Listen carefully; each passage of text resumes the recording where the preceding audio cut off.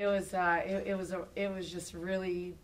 was just deflating watching shooters who can, in practice, as we go around the horn, make 15 threes in a row at 7 spots, and just hitting nothing but the net, bottom of the net, and then all of a sudden in the game just can't buy a bucket. And so that's really hard, and I know there's a frustration level with obviously the players themselves that aren't getting shots that they normally make to go down.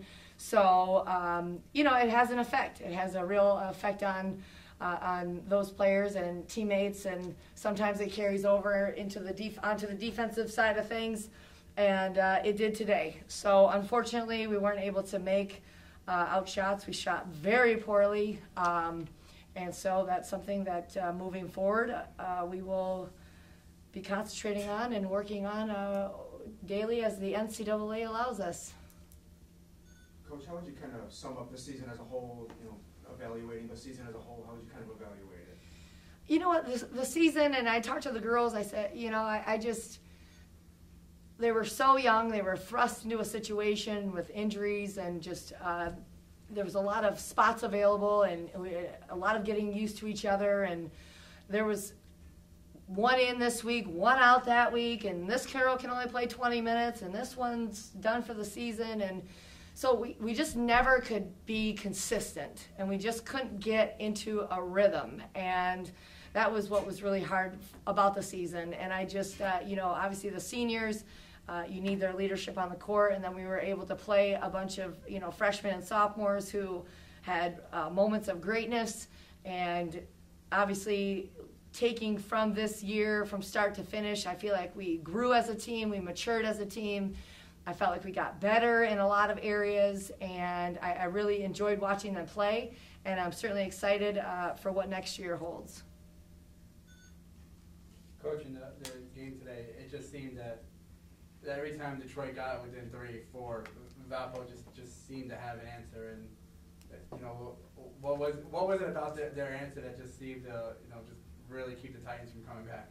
Yeah, it just seemed like a 50-50 ball. We would jump up for it, it would bounce off our head, and they would grab it and lay it in. All of a sudden, we let Zero. She got away from us a couple times in a scramble situation, and all of a sudden, boom, she hits a wide open 3.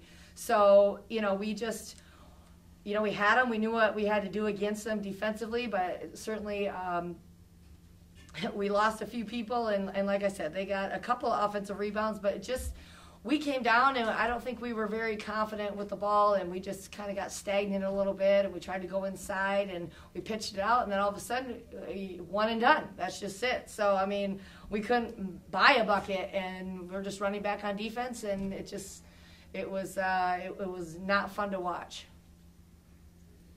Coach, it sounded like you kind of touched on some, but how optimistic are you kind of moving forward with the program?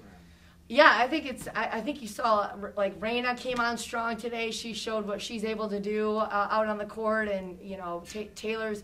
We'll be small, but we'll be quick and we'll be fast, and we're hoping that we've added a few players like that as well.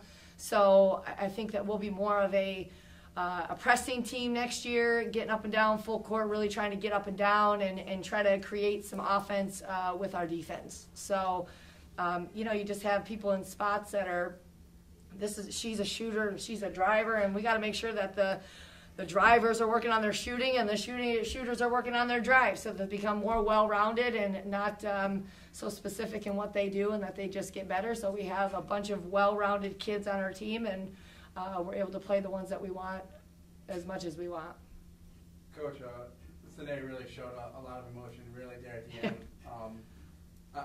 Obviously as a player, you remember what it's like playing that final college game, those last couple minutes when you realized like that's the last time you were going to be in your home court or playing at all? Yep, I do remember it well. We were in Kansas for the NCAA tournament, and it's the only part about it is that we were able to get there, and the disheartening part for her is that you only get 4 chances at going to the NCAA tournament, and they were unable to go. But those 2 kids, like I talked about, they were a part of some huge wins for our program, championships, and although they can't see it through the tears, they have a lot to be proud of and hold their heads up high. Megan had her, I mean, she's not going to show up in the record books, but her solid play throughout her 4 years and her loyalty and, you know, just her coachability and just doing all the little things. And, of course, Sine with her career, leaving here the all-time three-point shooter. I mean, so they can't see it now, but they can look back and they'll be able to say, hey, you know what, I really was a huge part of, you know, laying the foundation for this program.